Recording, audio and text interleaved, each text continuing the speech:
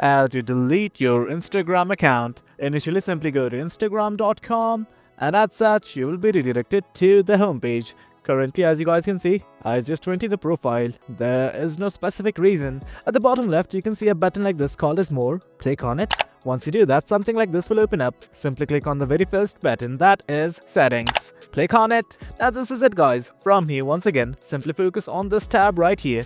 Click on See More in Account Center. Once you click on it, you will be redirected to another page. Now from here, what you need to do is simply click on this button called as Personal Details right here just below Password and Security. Simply click on it and finally click on Account Ownership and Control. That's at the very bottom of Personal Details. Now simply select Deactivation or Deletion. Now select Delete Account. Once you've done that, simply hit on Continue. Now finally give your password and just give your confirmations. It will ask you some questions regarding why you want to delete your account. Simply fill out the details and finally your account for Instagram will be deleted. Well, that is it, guys. Hope you guys found this video informative, and for more content like this, do remember to hit like, share and subscribe. Until next time, thank you.